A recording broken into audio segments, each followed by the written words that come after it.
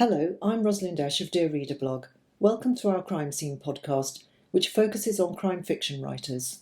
Today I'm in conversation with Elly Griffiths, author of the much-loved Ruth Galloway series set in Norfolk. We met up in Brighton, and I started by asking Elly about her use of misdirection in her crime writing. I think, yes, well, I do, when I teach plotting, that's how I teach it. I show the students a magic trick, on YouTube because I can't do them myself. But I think it's Chris Ewan, who is a great crime writer. He can pick locks, and he often starts his because he wrote a series called The Good Thief's Guide, and he learned to pick a lock, and I've seen him do it. It's very good at it too. So I start by showing them a trick.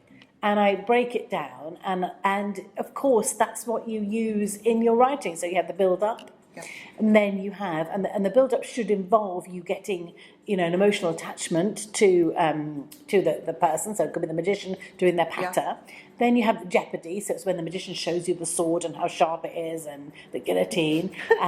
Then you have misdirection, which sadly in the magician's case often involves scantily clad women coming along. So you say, oh, look over there, there's a woman over there, look, she's not wearing any clothes, while something else is happening. And of course, as a writer, you're doing things like, oh, here's this new character, maybe they're love interest for Ruth, but maybe they're not, so you're doing that all the time. And you can misdirect your reader in loads of ways. Like, for example, if you always call someone Grandad, here's Grandad, oh, that's nice. You forget his real name's James, and he could also be the sinister Jim, so it's all those layers of misdirection. Sneaky. So then you get to raise the stakes. So that's where after you've had one body, you maybe have another body, and maybe have a third one, and then you get the reveal when it's all revealed. Yes. So that's all in a trick, and there's a wonderful quote from a great book and a great film, The Prestige. Oh, yes.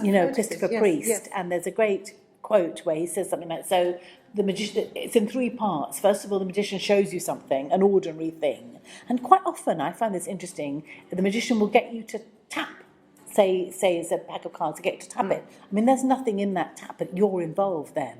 So he gets you to tap it. Then he does something, then he makes it disappear, say. But that's not the thing. The thing is when he brings it back. And that's the third So you're bit. involved by being active in it. Yes, because you've got some control. And so saying about, readers in crime fiction are active. Yes. Now, about the reveal, I think I read somewhere or heard you saying that you think readers should be able to solve it in the last few pages. And maybe I'm just a bit strange, but I actually don't want to solve it myself. I want you to give me the big reveal. I want the surprise. But you misdirect all the way through, but do you then seed little clues that you hope some people will get? Yeah, do you want them to? I think so. In fact, my editor, Jane, and I've been really lucky, I've had the same editor for all the Ruth books, for all the Elly Griffiths books, I should say. And, Jane has really, been absolutely part of their success, a huge part of it. And, I'm very lucky to have had the same editor. And she's a very, very experienced crime editor. She says, like you, she doesn't want to guess. Does she? Oh, good. She says she doesn't want to guess. And so actually, just me. When I sent her the synopsis now, she says, don't tell me. So my synopsis usually ends ... which is quite handy for me if I haven't worked it out yet. But so I totally get what she says, that she doesn't want to know. But I think what it is you have, even if they don't guess on the first reading, you've got there's a good phrase, somebody said, that it has to be retrospectively cursive. So if you go back, you have to think, actually, like if you think of Murder of Roger Ackroyd, such a clever book still. And when you go back, Agatha Christie has not cheated for 1 second. Everything. You might not guess it, and I certainly didn't the first time. I think I was absolutely blown away by it as a concept. So I didn't guess it at all. That's what you want. Really. Exactly, but you could have got it. And you don't want to be cheated, so you want to say, actually, she did. And, there are lots of little tricks. One of them is to put the big clue in the prologue, because people always forget the prologue. Yeah, they kind of skip through. And then you can say to them, oh, I'm sorry, I told you. I told you on the first page. Yes. There's a Reginald Hill novel, and probably shouldn't say which one it is because it would give it away, where he tells you the murderer's name in the first line. He does tell it to you, but you forget. That's amazing. And you go back and you think, wow, it was there. Yes. So, there's other ways that you can hide things. Lists are good. If you give a list of something, in the middle could be the big clue, but people don't notice it. There's a list, isn't there, about Peggy Smith looking out of the window. Yes. And there's a list of dog walks and Yes, blah, blah, blah. there's And a clue one, there. There it is. There is a clue there in the Benedict list, notices, yes. doesn't he? And also it's in the prologue. So I've done both those things. I'm going to go back and have a look. I put it in the prologue and in the list, yeah. Those are good ways to hide things. So, I'm so glad your editor thinks that, because I really like being surprised by yes, it. So I don't try too hard, in other words. No, I think if somebody does guess, you want them to guess at the right moment. Yes. You sort of want them to, just when there's the reveal, you want to, yes, but not before that, because that's just annoying. And also you don't want, it does annoy me a little bit in crime fiction, even the great Agatha does this a bit, where the detective knows and says, but I won't tell you. And you think, why not? And Poirot keeps saying, oh, yes, I do know his things, but they will not tell you. And you think, oh, if you know, say. So they have to, I think, have the moment of revelation at the same time. They shouldn't keep it too secret. Yeah. Yes, because the reader wants, like you said before, wants to feel they're kind of trying to solve it with the detective, don't they? They're sort of going along together and There's a lovely bit in Northanger Abbey, I think, where Jane Austen says something like, the reader can tell by the telltale diminution of the pages that we're hastening together towards perfect felicity. Wow. So isn't that good? You remember that perfectly? Well, I might not have remembered it perfectly, but it's something like that. And of course, that sort of reminds us of the joy of reading a real book, doesn't it? Where they've got the page, the telltale diminution of the pages, so you kind of know. Yes. And I think it's a bit different on a Kindle, and I read on a Kindle too. When you've got 10% left, you think, there's a heightened excitement because you know soon you're going to find out. But I find I'm racing through, say, a Ruth book because I can't stop reading it, but then I don't want it to end. So I get that's a nice thing to try hear. and slow down when I'm getting too near the end because it's going to be over. Oh, that's a nice. Well, I'm the same actually. I've just read the new Leanne Moriarty book, Apples Never Fall. I'm a huge Leanne Moriarty fan. I think she's very underrated. She's a beautiful writer and a good crime writer as well, though she might not call herself that. And I was like that. I was thinking, wow, I've really got to ration myself here because I just don't want to finish this. Exactly, and it's like saving an author's books, not wanting to read them. Yes. That's interesting you quoting Jane Austen, because Emma's a mystery as well in a way, isn't it? Absolutely, and Miss Bates's monologues have lots of clues in them. Yes. And that's another good way. Have a so-called boring, garrulous character who's talk. Blathering on, so you don't take any notice. Yes, and indeed none of the characters in Emma take any notice of her, but she's giving you those clues about Frank Churchill, isn't she, and Jane all the time. And I think that's very, yes, she definitely does that. She does a lot of crimey things really in that book. Actually. It is a mystery, yes. And the other thing I wanted to ask you was, you've got, in most of the books, you've got police, and then you've got sort of amateur sleuths, as it were. And there's a certain sort of tension between them with Edgar and Emma and all of that. I mean, why do you do that? Is that just a useful device as a writer to have that?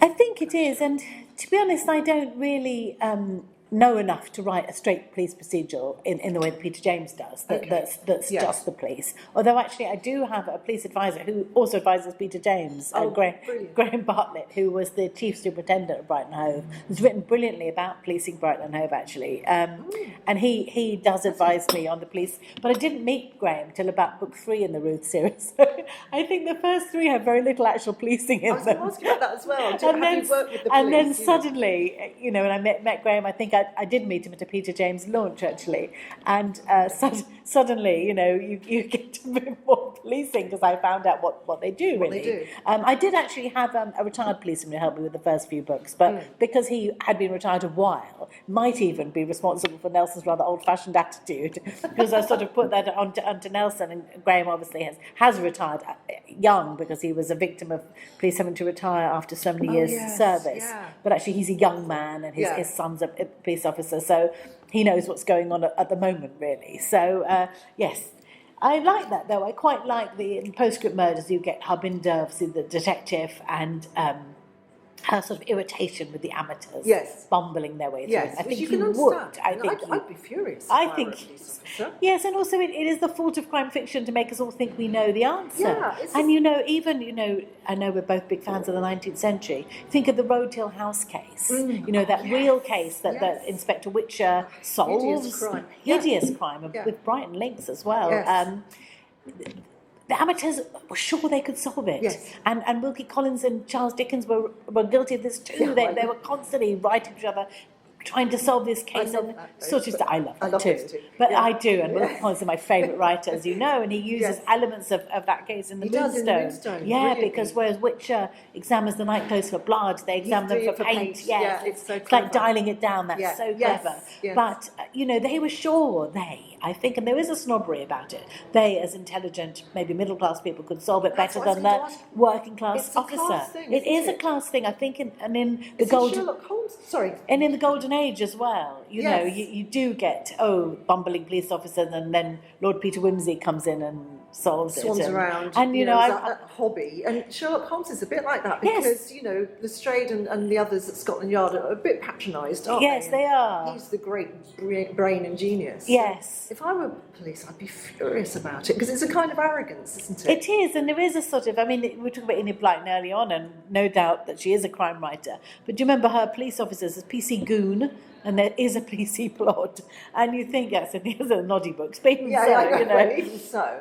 Even so, that does tell you something, Yes. doesn't it? And Yes. it's the sense that they, as sort of working class people, can never solve the crime. So you need the amateur to come in. So there is that sort of snobbishness about. And I think I wanted to play with that a little bit in the Postscript Murders, where Harbinder, as a professional police officer, has this group of people who, just because they've read a lot of crime and think they can solve. They're literary. Yeah, or they're literary, exactly. They do the Times cryptic crossword. Yes, and they're good at anagrams, Yeah. think they can solve. Or not, in or everyone's not, case, yes, yeah. exactly, well remembered, yes, exactly. Think they can solve the case. And obviously there is a bit where they do work together and they do reach an understanding. Yes. But even so. But in some ways you want them to find some, but also I find myself wanting them to get their comeuppance in some ways. Yes, and a the little police bit. Get it right, yes, exactly. I think it sort of is. But and with Ruth and Nelson, I guess it's different because they're. And I think what Nelson really likes about Ruth is she's on the same level. She's a professional. She's very good at what she does. But she does try to, although she gets involved in rather more murders than most archaeologists, she does try to, confine herself to the archaeology. And she's actually not that interested in doing but police she respects work. what she does completely. Yes, and the other police do. Yeah, she does. Yes, Judy, it's Judy. yes. Judy and Clough. Yeah, she does. Yes, and she doesn't think she knows better. She's just part of the team. She's working on it. Yes, I think, and one of the things that I've learnt, from Graham and from other experts, Elizabeth Haynes, who's a really good crime writer, who was a civilian police expert, is that there's a massive team behind every crime. Yes. And they will talk to forensic soil experts and things like that. I mean, it's incredible, isn't it? I've learned a lot from reading, and as you said about Peter James, I've learned a lot from his books. I never knew about forensic podiatry, for example. No, I've met his forensic podiatrist, and what a fascinating guy he is. Dr. Hayden Kelly. Yes. Yeah. My And God, how you can tell if really- someone is carrying a body upstairs. Do you know what I love about that? This sounds, it sounds so stupid, but when I go, say, to sporting events with my son, so I go to cricket or football, you're quite a long way away, and I used to sort of be irritating, I'm sure, my older son by saying, who's that? Who's that? And I realised if I watched them run or walk, I knew who they were. And you can recognise someone from a long way away by the way they walk. And the other thing that got me really interested, thinking about the Skripals, for example, I often think, what's happened to the Skripals? Where are they? Yes. Have they had plastic surgery? Yes, new identity, yes. New identity. But they could never change their walk. Not really. Wow, that's a really interesting... No, they couldn't, really could they? You couldn't sustain it. Perhaps you could put orthotics in your shoes, or you could try and walk differently, but actually I don't think you could ever sustain it. And I thought, God, someone's going to track them down because of the way they walk. No, and it's true. And also, you think of when you're meeting your children at an airport or something, you often can tell them from a way off because the way they walk. My son has a very sort of springy walk, and I can always you see the face or the hair, and you can disguise all that. Yes, that's really. I love those little things. I love. Amazing. A forensic archaeologist told me quite early on, and I've used it in a few books, that nettles is often a sign that there's a body there. Because you can't get nettles without some sort of human interaction. So it could just be someone's weed there, but it could be something's buried there. And it's different things that grow. And I did an event with a terrific Scottish writer called Lynn Anderson, who writes about a forensic scientist. And she said that on the Jacobite graves in Scotland, on the hills, no heather grows on those graves. It's just grass. Really? And that's fascinating, isn't it? Is it to do with the sort of organic matter? It must be. Yeah, it must be. And sometimes there's a dip when there's a grave, because imagine there's a body, and then when its ribcage goes, then there's a dip. So isn't that That is fascinating? fascinating. Reading the landscape. And you're right, well, the whole team that's behind everything is thrilling. It's just so riveting that everyone has their part to I play, like isn't that. it? So so that's something I have learned. And the police are I gather, very helpful and willing to have writers ask them I'm stuff. always amazed They're how wonderful. nice people are about it, and Graham is particularly. I'll send him something, and I'll say, "Could this happen?" And clearly, he wants to say, "No, not in a million years." But he'll say, "Well, that's a bit unusual, but I can see how that might happen this way." Really? And actually, so for example, there's an armed siege in the Nighthawks, and I said to him, "Want to have an armed siege in it?" Yes. Can I send you the chapter? And I did, and he's always really nice. And he said, actually, that's not how it would happen. How it would happen is you'd have a different firearms commander, and they would be taking their advice from somebody else. And he said, but actually, I can see how that would really work in the book, because Nelson would be really frustrated by that. And actually, he made that chapter so much better, because you have those layers of Nelson being frustrated because he's not in charge, and actually all the actual decisions are taken for someone who's not at the scene, so they can be totally dispassionate. So they're just talking to them on the... And actually, doesn't that make it a more dramatic scene? And he understood. And he all understood that totally. fictional Yeah, well, he's a tensions. writer himself, so he does understand that. But police officers are really, generous. Archaeologists have been super generous. In one of my books talking about soil, I had to find a plant that only grew in a certain place. Of course, I could have made it up, but it's nicer not to. And through an archaeologist friend of mine, Matt Pope, who's a Brighton archaeologist, he put me in charge with a forensic botanist who found this fern that only grew in a certain place. Wow, they do.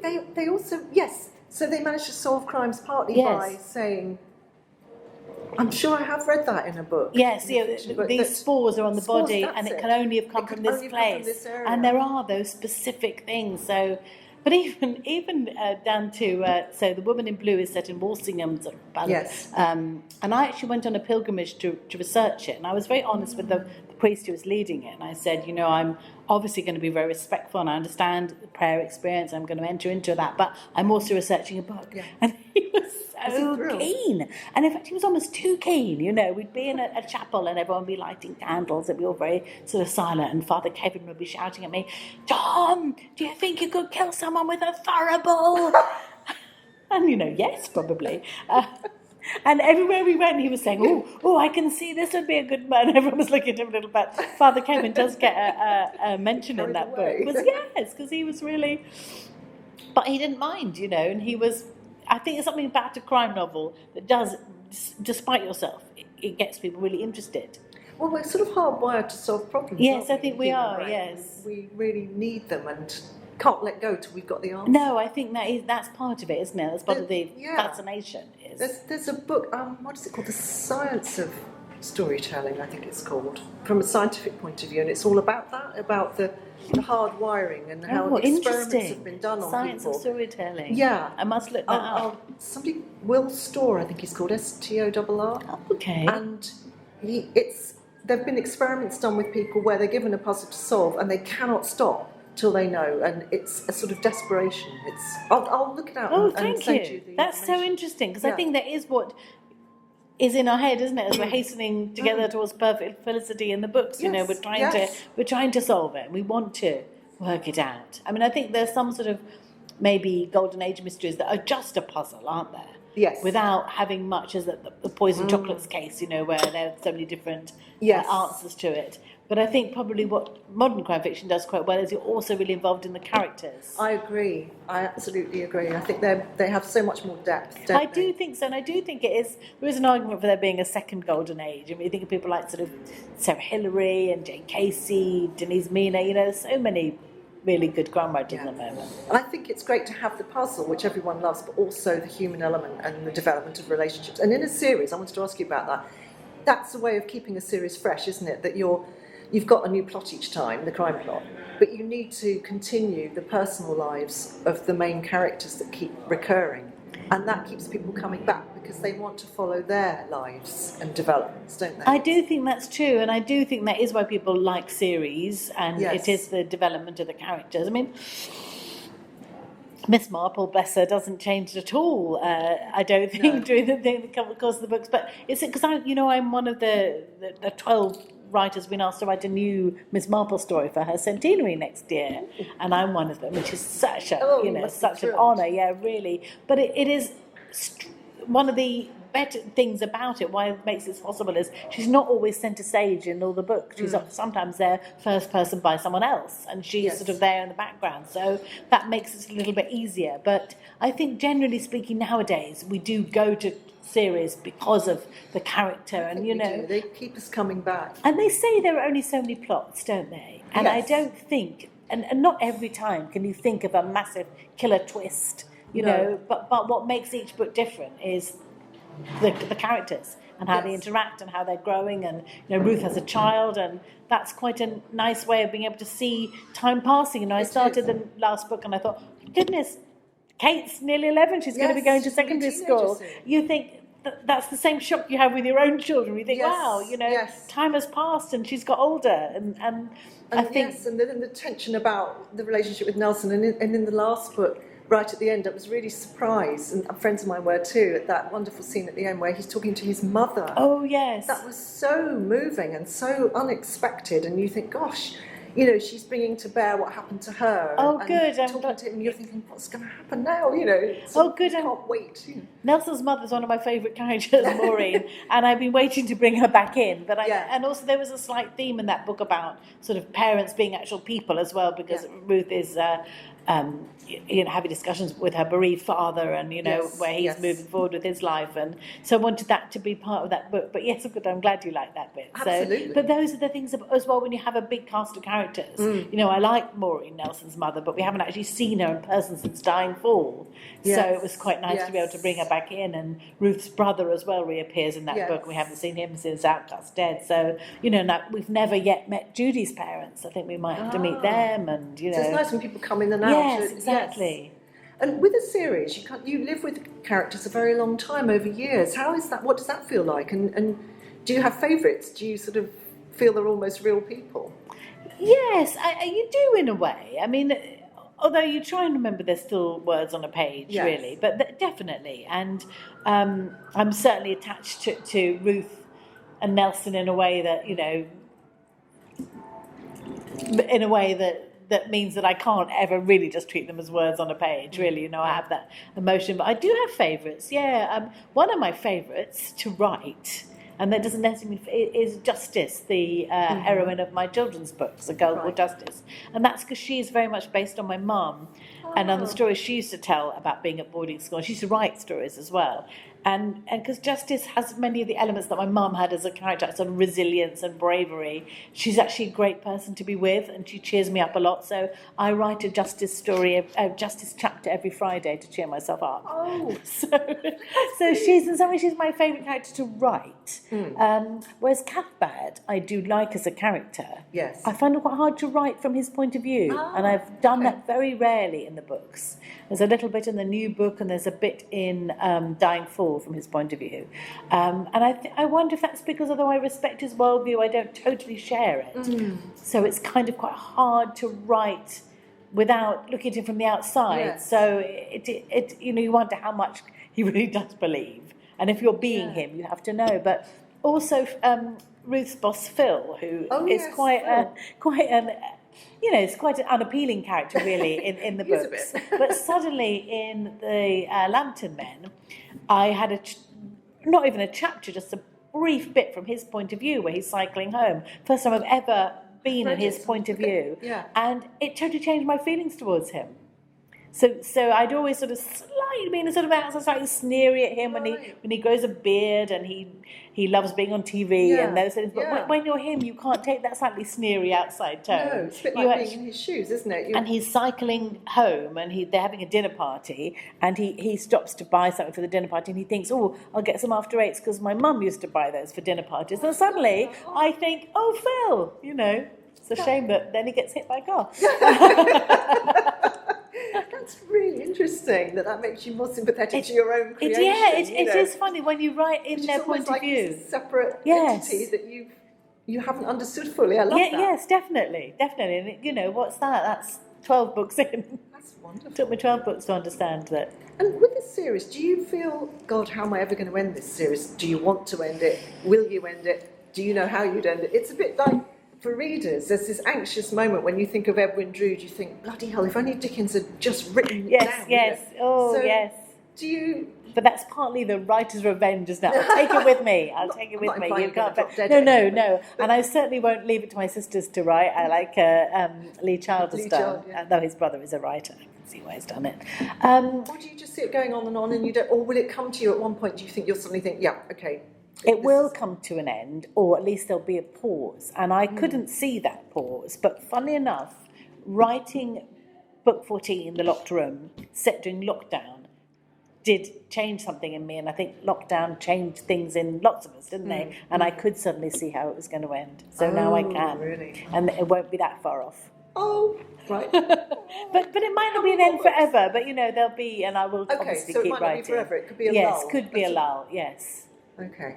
But yeah, and I think lockdown is one of those things where things suddenly become clear to you, and it did become clear to me. That's really interesting. Book. Because it must be hard to let go of something as well. Yes, and quite scary. But also, I have so many other ideas for books.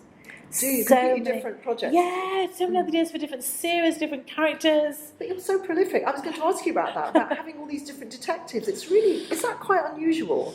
Because you've got very distinct detectives and very different styles in those stories. You've got Edgar Stevens and Emma, you've got Max is a bit of a sideline detective. Then you've got Harbinder, Nelson, and then you've got Harbinder, who could be another series. Yeah, so she sort of is a series. I didn't mean her to be, but she's turning into one. Yeah, she is. So I'm at the moment starting a new standalone, but it will have Harbinder in it. So is it a standalone or is Harbinder 3? Yeah. It's probably both, really. I am quite prolific, though there are writers who are more prolific than me, I know, but and that is just. It is partly because I do have lots of different ideas, and I've just been so lucky that my publishers have more or less gone with my ideas and said, that would be great. Though I do remember when I had the idea for the Brighton Mysteries, which are partly based on my granddad, who was a musical. He was a musical entertainer, and if you see the picture of him, I think I've shared on Instagram or something. He does look like Max, I think. He's got the top hat, very, very handsome, very, very handsome. When I had the idea for those, I did hope my publishers would say, "Oh, that's great! So you can make a Ruth book one year and then a Max book the next year," and actually they said, "Oh, that's great! You can do 2 a year." So that's how I sort of got in the 2 a year. It's quite a lot. And I don't want to keep on doing that forever, but I do have lots of different ideas. Yes, it's really interesting. Characters there wanting to come out. They're sort of about one detective, and that's fine. But you've got all these different ones. It's amazing. Yes. Oh, thank you. And well, maybe there will be a break from Ruth, but maybe there'll be another character people like as much as Ruth. Oh, so you never know. Yes, of course, absolutely. What do you read if you ever have any spare time to read? What kind of things do you read? I do read a lot, and yes, even though I think I'm a slower reader than I used to be. I used to be quite a fast reader. Now I, read before bed, but I do, and I always have to have a book with me, and so I do read quite a lot. I read a lot of crime fiction, partly because a lot of it's now sent to me, to read, but a lot of it I read anyhow. So I'm a big fan of Leslie Thompson, who's a crime writer, good friend of mine as well, set in Lewis, and she wrote the Detective's Daughter series. And William Shaw, I really like as well. Sarah Hillary, Jane Casey's Maeve Kerrigan series. Have you read those? No. Oh, you'd love those. Right. She's a great character, Maeve. I think I'm saying it right. But also I read lots of other sort of, as I say, I'm a big fan of Liam Moriarty and sort of American writers like Alison Lurie and Anne Tyler. Big fan of those. I think David Lodge is one of my favourite writers. Nice Work is one of my favourite books. Have you read Elizabeth Strout, if you like that? No, I haven't. Olive Kittredge. Brilliant. I must read book. that. It's wonderful. And there's another one now which I haven't yet read, Olive Again. Oh. Yeah, Elizabeth Strout. I must read that. I've just read Elizabeth Day's Magpie, which I thought was really, really good. So trying to keep up with stuff. But also I reread a lot of Georgette Hare. Whenever I go on a plane, I take a Georgette Hare book just in case. And do you avoid people who write about Brighton or Norfolk? Do you try not to read people doing a similar thing? Really. Maybe when I'm in the middle of a book, I do sometimes think. So when I'm in the middle of writing one of the 50s books, I do read a lot of people like sort of Monica Dickens, who I love. Sort of 50s-y writers to get into that tone a little bit. I suppose I might not read books that have archaeologists in them, which there do seem to be a few around now. Right. So I might maybe steer slightly clear of those, especially when I'm in the middle of a book. But I just read everything really, and I quite often have an upstairs book and a downstairs book. I don't know if you do that. No. So it depends where I am, when Yes, I'm reading, different and zones. I love biographies. I love history. I'm a big fan of C.J. Sanson. C.J. Sanson, another Brighton writer, writes those amazing Tudor mysteries. Did you have Graham Greene in the back of your mind at all for the 50s Brighton stuff? A little bit. I Yes. love Graham Greene. I do. And Brighton Rock is such a... Brighton Rock is amazing. My favourite book of his is The End of the Affair, and I think because that is about belief again, isn't it? And He is amazing, isn't he? he really He's is underrated, I think. Oh, hugely. I think so, hugely. And also Evelyn Waugh, Yeah. Brides Revisited. That moment at the end where Lord Marchmain makes the sign of the cross. Just an incredible. And also in Graham Greene's A Power and the Glory, the sense that somebody can be a sort of unworthy vessel but still be a really good priest. So yes, absolutely. And Sebastian too in Brideshead, yes, where he ends up. Yes, he's holy in a way that the way that the really pious characters like Lady Marchmain can never be holy. No, I think that's so fascinating, so interesting. Piers Paul Reed as well is interesting for that. The Married Man, I think, is. Yes, he's someone I ought to read. I haven't read that for a while, but I remember at the time being very struck by A Married Man and the idea of sort of redemption in that book. So all those things I find. Redemption's always a good thing. I like redemption in stories. Yeah, me too. And when it's unusual, like when at the moment at the end of Brideshead, as a spoiler, people have, when Charles Ryder kneels down to pray. That's such a. It's not. Everything isn't better from that moment, but actually there is a moment of redemption, isn't there? Absolutely. Thank you for listening to part 2 of this interview with Elly Griffiths. Look out for other interviews with crime writers in the Crime Scene series.